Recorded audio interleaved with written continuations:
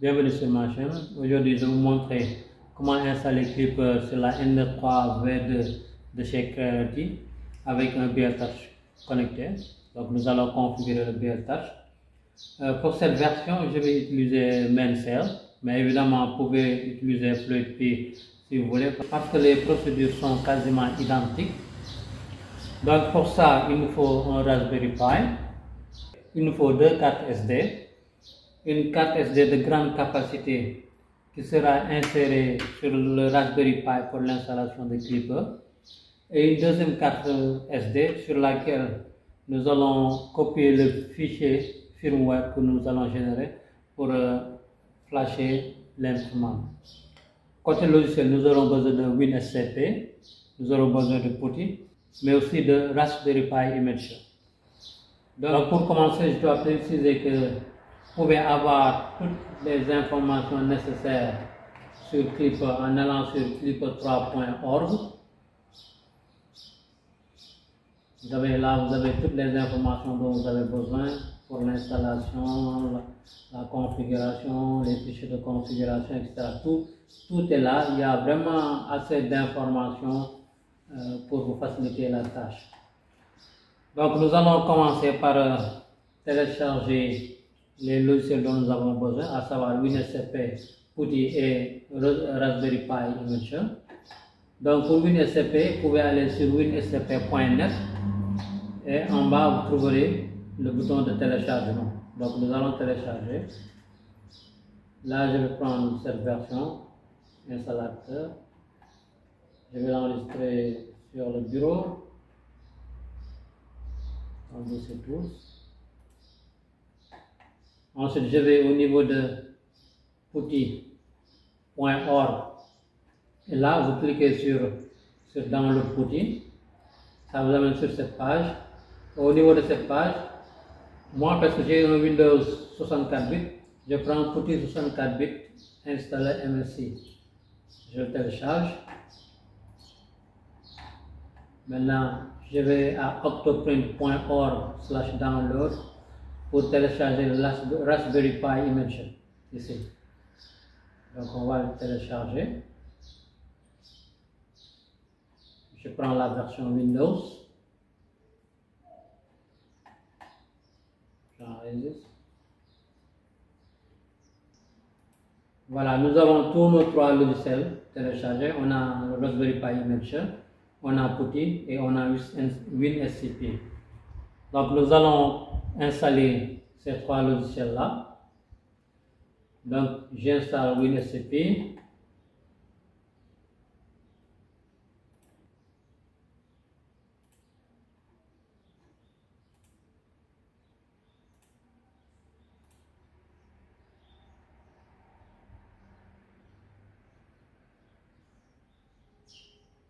Voilà, l'installation de WinSCP est terminée. J'installe PuTTY.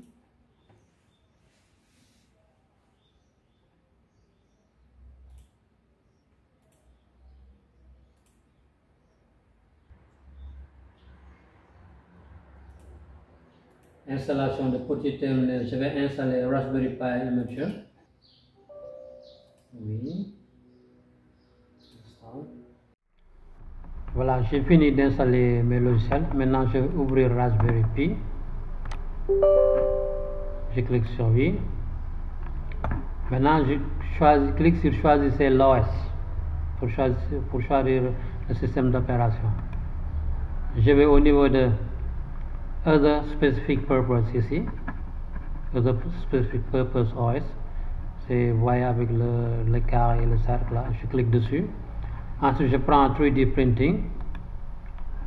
Puis Mainsail. Je clique encore sur Mainsail. Et c'est terminé. Donc l'OS est sélectionné. Maintenant, je clique sur choisir le stockage en cliquant ici. Là, il me détecte automatiquement la carte SD. Si ce n'est pas détecté automatiquement, vous parcourez votre ordinateur pour sélectionner la carte SD. Donc je clique ici sur la carte SD. Pour les réglages, je clique sur la roue dentée ici.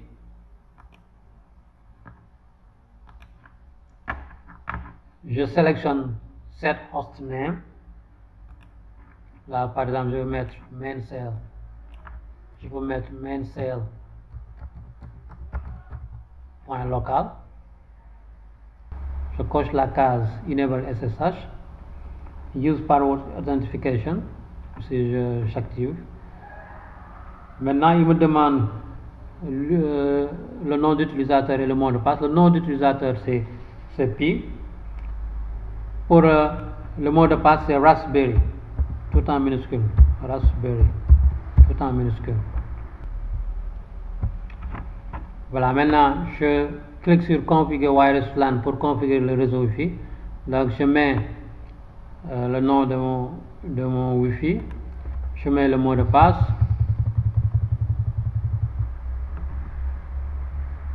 Voilà.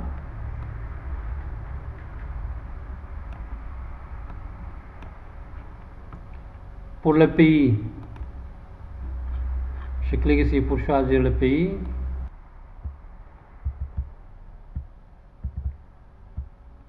Voilà, je choisis Sénégal.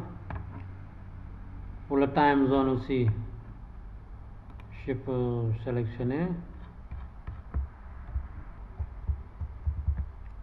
Pour le time zone, je choisis ETC GMT.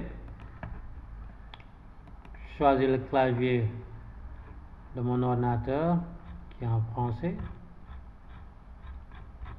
Voilà, tous les réglages sont faits. Maintenant, je clique sur Save. Et maintenant, je peux cliquer sur Écrire. Toutes les données sur le stockage masse, etc. vont être supprimées. Oui. Voilà, Raspberry Pi Image a terminé d'installer le système. Donc là, il est en train de faire les vérifications. Voilà, Raspberry Pi Image a fini d'installer le système sur la carte. Donc nous allons la retirer et l'insérer au niveau du Raspberry Pi. Voilà. Maintenant, je branche mon Raspberry Pi. Maintenant, je branche le chargeur de mon Raspberry Pi. Je le mets en marche.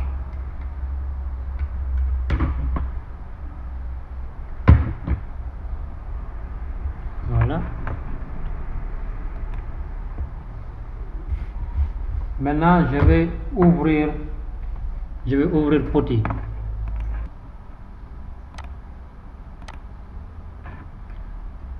Voilà, j'ai ouvert PuTTY. Pour le hostname, je mets le hostname que j'avais mis, c'est-à-dire maincell.local. Je mets SSH. Je choisis SSH. Port, je laisse à 22. Et je clique sur OK.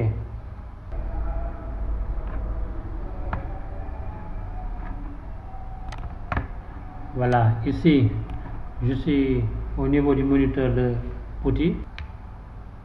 Je mets mon login et le mot de passe. Le login c'est Pi.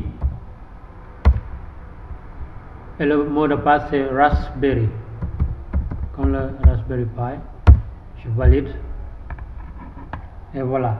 Maintenant, je fais CD Clipper. Comme ça. Je fais entrer. Ensuite, j'écris make menu config. Je fais entrer. Voilà, ici je sélectionne Enable Extra Low Level Configuration en appuyant sur la barre d'espace. Au niveau de microcontrôleur architecture, je prends Atmega AVR.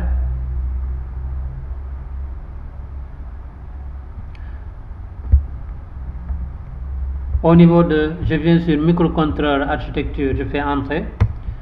Je descends je choisis ST Microelectronics STM32. Ensuite, pour le processeur, c'est STM32F103, là c'est bon. Bootloader, je prends 28 kilobits bootloader, celui-là. clock reference, je laisse à 8 MHz. Communication interface, je prends serial, je prends USB serial on USART 1 PA10 sur PA10 PA9, celui-là serial on USART 1 PA10 PA9.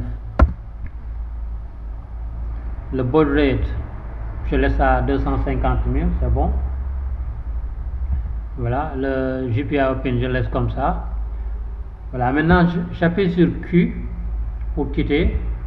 Il me demande si je veux sauvegarder les configurations et j'appuie sur Y pour Yes. Voilà, maintenant je tape Make et je fais Entrer. Voilà, Clipper en train de créer le fichier de configuration.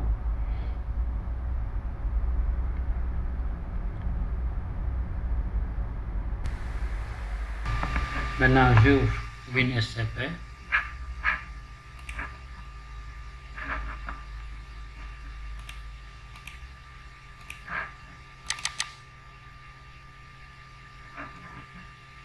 Je prends pour protocole de fichier, je prends SCP, nom de domaine, l'adresse,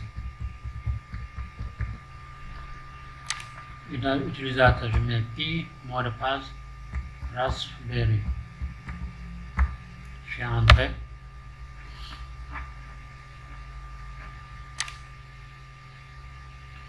Voilà, maintenant je vais dans le dossier Home, ensuite dans Pi, puis j'entre dans le dossier Clipper, ensuite dans le dossier Out, et là je copie le fichier clipper.bin qui est là. Je vais le copier sur mon bureau d'abord.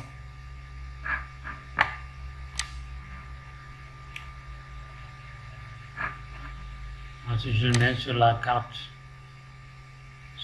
SD. Là je vais le mettre directement sur la carte SD. Voilà. Maintenant je peux renommer le fichier si je veux. Par exemple, je vais l'appeler N23 V2 Clipper. Clipper. Voilà.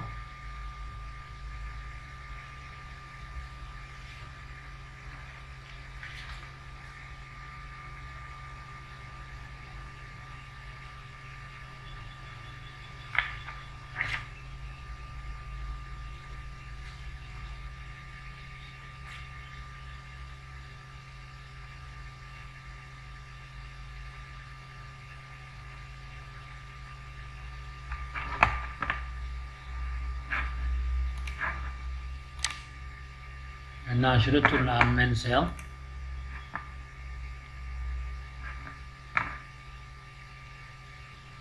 Je fais mettre à jour d'abord.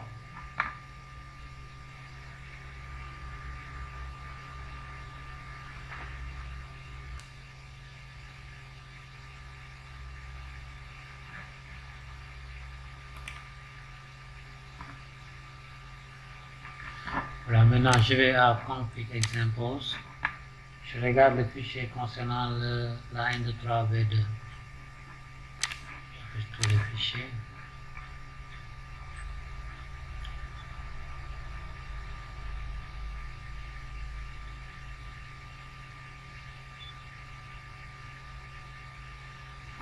Voilà le fichier pour la N23V2.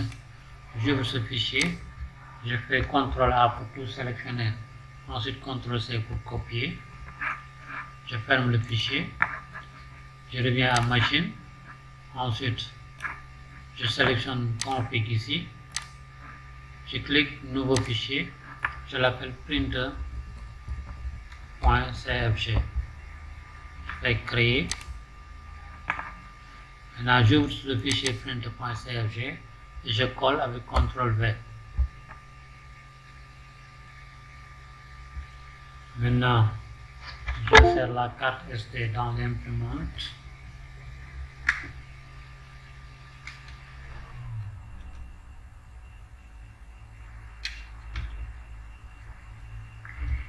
Maintenant, j'allume l'imprimante pour flasher.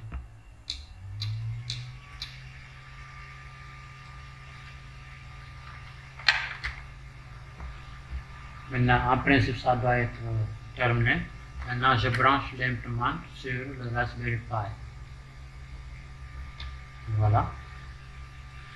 Je retourne à PuTTY. Je fais ls /dev. Là, je vois serial ici, ça veut dire que mon imprimante est connectée. Maintenant, pour connaître l'adresse, je mets ls /dev /serial /by-id. Je valide et là j'ai l'adresse de mon imprimante que je vais copier. Maintenant, je vais ouvrir Notepad. Je colle ça là-bas pour ne pas le perdre.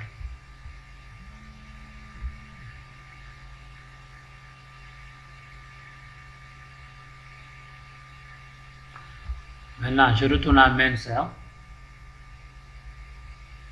J'ouvre le fichier printer.cfg. Je vais au niveau de la section MCU. Et là, je colle l'adresse que j'avais relevée pour mon imprimante. Ici, apparemment, c'est la même chose.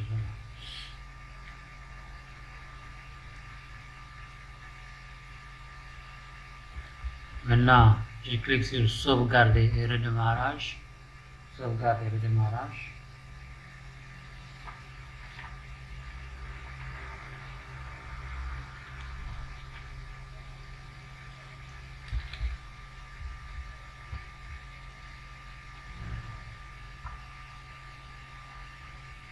Maintenant, je retourne à machine. J'ouvre encore le fichier printer.cfg. Tout à fait au début, juste avant stepper, je mets entre crochets include.cfg. Je mets include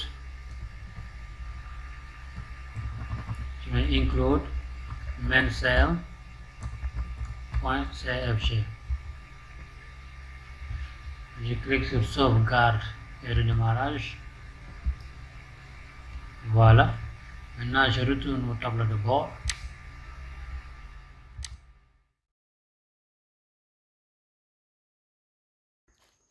Nous allons maintenant configurer le BLTouch. Et pour ça, nous allons ouvrir le fichier printer.cfg.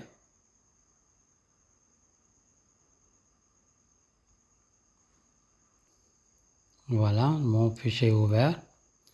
Maintenant, je vais au niveau de la section Stepper Z.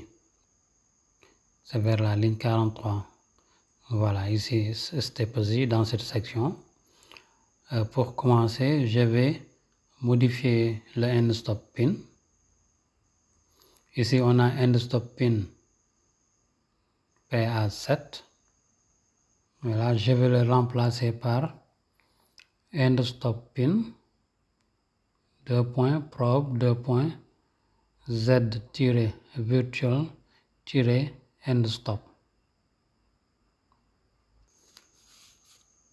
Ensuite, je désactive ensuite je commande la ligne position end stop 0.0.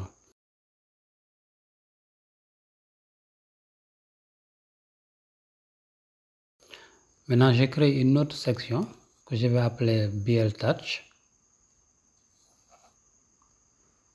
Voilà. Je vais à la ligne. Je vais mettre sensor pin .pb1. Là, c'est le pin auquel le BLTouch est attaché. Maintenant, je vais en profiter pour vous montrer comment identifier les différents pins selon votre carte mère. Pour identifier les pins utilisés sur votre imprimante, il faut ouvrir le dossier Marlin. Maintenant, dans ce dossier, vous entrez dans le second dossier appelé Marlin ici. Vous ouvrez le dossier SRC pour les sources. Ensuite, le dossier Pins ici. Maintenant, sur la N23V2, que ce soit une carte 4.2.2 ou 4.2.7, on a un STM32F1 pour la puce. Donc, j'entre dans le dossier STM32F1 et là, on voit un ensemble de fichiers concernant les différentes cartes mères. Là, je prends le fichier pins Creality V4. Je peux l'ouvrir par exemple avec Notepad. Là, si on regarde, on a le type de carte Creality 4.2.x avec les STM32F103RE et STM32F103RC. Et là, si vous regardez, on a les différentes rubriques avec les pins correspondants. Par exemple, ici, si on regarde pour le cerveau pin, on a PB02. Pour les limit switch, par exemple, pour les X stop pin, on a PA5. Pour les Y stop pin, PA6. Et les Z stop pin, PA5. Là, on voit par exemple que pour le détecteur de filament, c'est le pin PA4. Pour les moteurs, pour le X, c'est PC2, etc. Donc, il y a ici l'ensemble des pins. Ici, par exemple, pour les capteurs de température, pour la buse, on a pin PC5 et pour le plateau, on a PC4. Pour les ventilos, ici nous avons PA1, PA2 et PA0. On peut chercher par exemple pour le BL Touch. Je fais CTRL F, BL Touch. Voilà. Donc, pour le BL Touch, ici on a PB01 et on peut aussi l'avoir sur le PB0. Voilà pour l'identification des pins de la carte mère de la N23V2.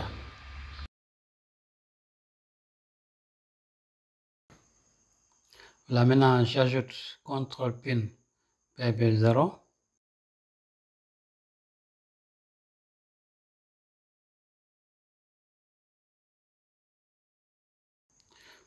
Ensuite, je vais à la ligne X offset moins 42.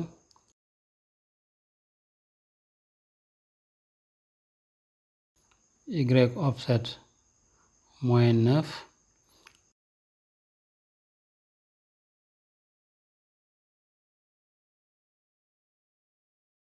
Et Z offset 0. Ces données peuvent varier en fonction de votre imprimante. Chez moi, c'est moins 42, moins 9 et 0. J'ajoute une autre section que je vais appeler Save-Z-Home. Voilà, je vais à la ligne. Maintenant, j'ajoute Home-XY-position 117.5,117.5. Ces données-là dépendent de la dimension de votre plateau. Moi, j'ai un plateau de 235 sur 235. Donc, j'ai pris la moitié. Ça me fait 117.5 sur 117.5. Maintenant, je mets Z-Hop 10 et Z-Hop Speed 5.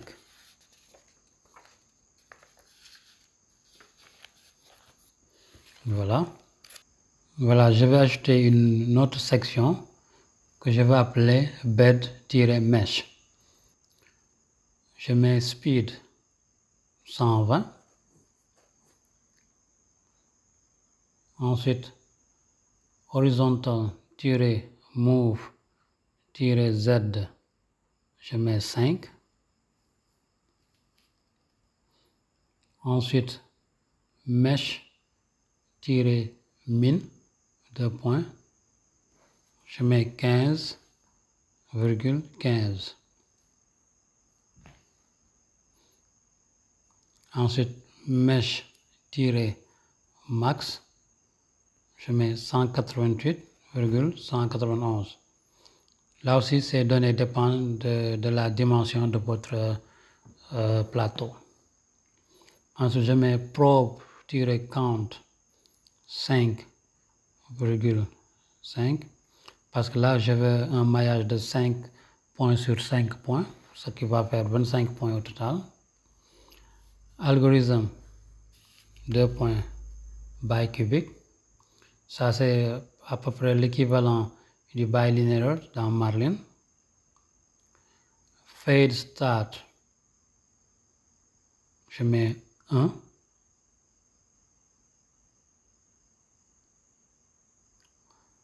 Ensuite je mets fade-end 10. Et enfin fade-target, je mets 0.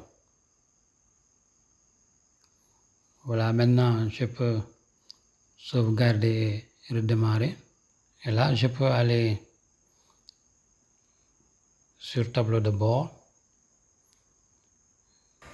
Maintenant je peux tester le homing de X. C'est bon. Je texte Y. Là aussi c'est bon. Je teste Z.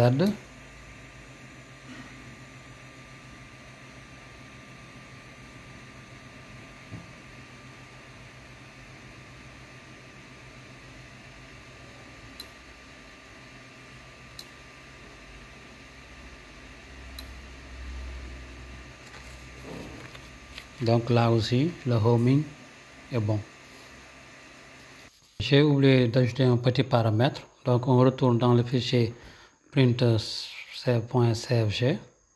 Au niveau de step Z, on ajoute position-min 2 points -5. Voilà. Maintenant je sauvegarde et je redémarre.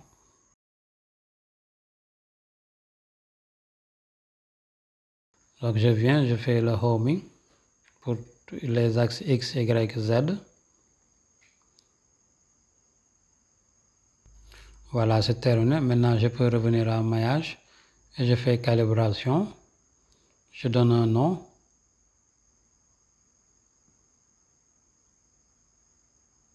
Je clique sur calibration.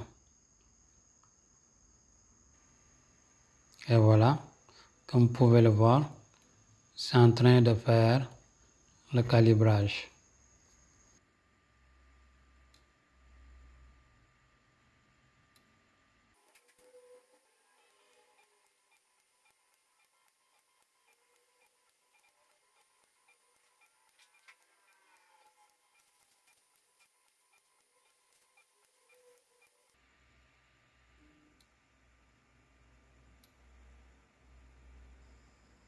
Voilà, le maillage est terminé, comme vous pouvez le voir. Et voici mon maillage que je peux sauvegarder. Et si vous regardez ici, il y a le nom du maillage qui est sauvegardé. Donc je peux le tourner à gauche, à droite pour bien regarder et pour bien analyser le maillage que je viens de faire. Et là, si vous regardez dans le fichier print.saveg, tout à fait à la fin, il y a toutes les informations du calibrage qui a été fait par le BL Touch, ici. Pour charger le maillage qu'on avait déjà fait, on peut aller sur console.